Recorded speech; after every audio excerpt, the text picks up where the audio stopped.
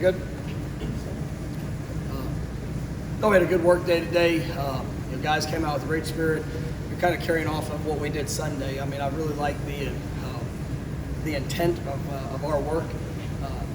First day, Tuesday, you're looking at some things game plan wise. Still, some things we're gonna have to clean up throughout the course of the week. But I thought the purpose, the effort, the physicality, that all showed up. And so we got to continue to build upon the positives that we've shown, but also eliminate the mistakes, the disciplinary things. Just keeping the penalties down, making sure we're playing with our eyes, hands and feet, and then obviously the overall execution and communication of what we need to be able to do throughout the course of the game.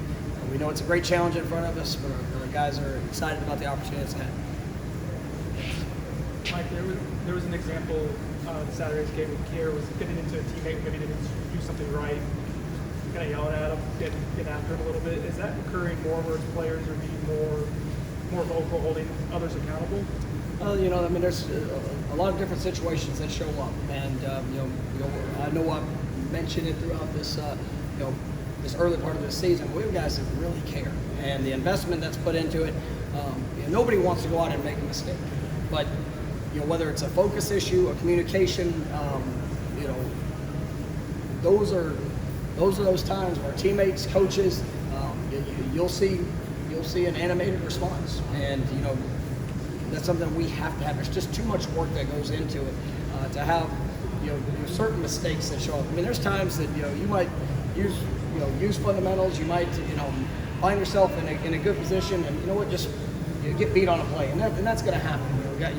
Playing against really competitive and talented players, but when there's a lack of focus or a lack of communication, things that we work and know, those are things that are going to probably draw more of an animated response from teammates, and I'm glad the guys care.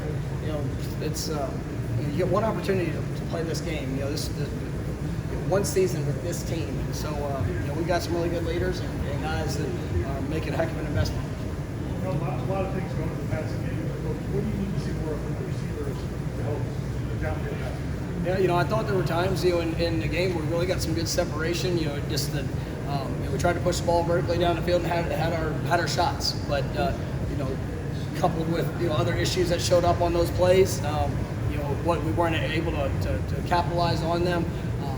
We knew some of the challenges that were going to present itself there last week with what we were seeing, defensively, and it was a plan to get the ball out quick. And we tried to pick and choose the opportunities that we were going to take the shots down the field, and just unfortunately we weren't able to capitalize on them for one reason or the other. But I think our receivers are getting better. We had a couple drops that even on some of the intermediate things that we got to get eliminated. But I think the confidence in who they are and what they're about, that is definitely growing. I'm seeing some good marks of that in practice, and we're going to need him to show up big here on Saturday. Darian is he's and you got to remember, those guys are either freshmen or redshirt freshmen for the most part. You see a guy like Keyshawn. I thought Keyshawn had a really good game. That's a guy that's an experienced player. Coming off earlier disappointing performance, but his response is something that you would expect from a guy that's been through it. These young guys. Malik had an opportunity that we missed there on a third down there on Saturday, but watching the way that he comes back to work in the meeting rooms. These guys, they're making the investment, and we got to perform and show up on game day, but they understand what it takes. Kenny talked about probably going to see a lot of press man from North Carolina. What kind of challenge will that be for those guys? We've seen a good amount of press man throughout the year, and it's about taking those fundamentals, taking the there's things that if as coaches, if we could try to help with that, we will. But at the end of the day, as a receiver, that's what you want. You get your one-on-one, and you get an opportunity to go, and it gives big play opportunities. And North Carolina has some talented guys out on the perimeter, but for us, I believe we have talented guys out there as well. And so we got to take advantage of those moments when they show up. A few of the coaches have mentioned throughout the season that Dennis was one of the most improved players on the team. What exactly does he bring to the table that you guys are no longer having? How difficult for guys that's replaced? Well, I thought Dennis was extremely productive. This year early on. Sometimes that wasn't always in the stat sheet. It was just whether it was a twist game or him being where he needed to be, being a disruptive force, forcing the quarterback off his mark. I think the growth that we've seen from him. He was a guy that played defensive end when he got here, and he's gained good weight. Just able to transition him inside, I think, is a very natural position for him. Really uses his hands well. Is a tough guy to handle, and losing that experience and losing that that ability, it puts more on other players. And you've seen guys like Jarrett Jackson that stepped up. We need him to continue to emerge. Malcolm Ray, even though he was unavailable last week, played his most snaps the week prior. And then Josh Farmer played. I think he was 12 snaps in the game this last week, and he's as a true freshman. I mean, that's sometimes a challenging position to be just thrown into, but he really is embracing the opportunity that he has as well. And those guys are going to have to continue to emerge as players for us, but then it also puts a bigger load on Fabian and Cooper there inside just for the work that's necessary. Is it trending in a positive direction as far as getting some defensive backs back who were unavailable or limited recently? Yeah, we had some guys that came back today. That was good to see them moving around and getting into full swing. I mean, we've been in a position just due to pure numbers where guys that have practiced very little have had to go in there in times and play a good number of snaps, which is never a good combination. It happens sometimes, but we're playing true freshmen, we're playing young guys, but at the end of the day, it's those are some of those learning experiences that you don't want to have to necessarily go through. But getting some of those guys back on the practice field, you'll be able to work through and continue to focus on those fundamentals and the communication that we will see here Saturday. That's going to do nothing but benefit us there in the back end.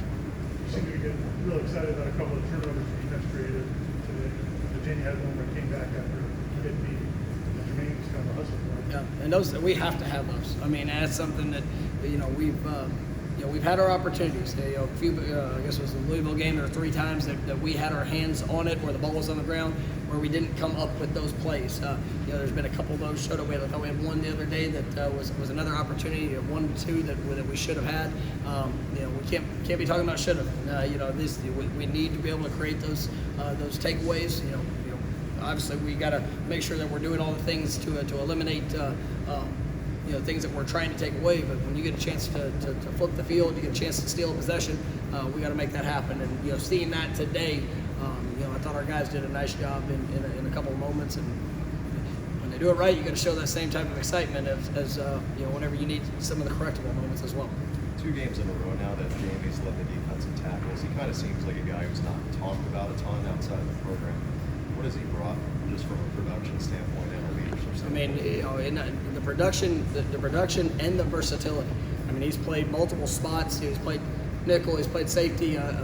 Just a very talented young man that's a competitive player. And he missed. What I love about him is for the tackles that he had. The one that stuck out to him was there's a play out in the flat where he rallied to it and didn't take probably the best angle that he would want to take in that situation and had a missed tackle.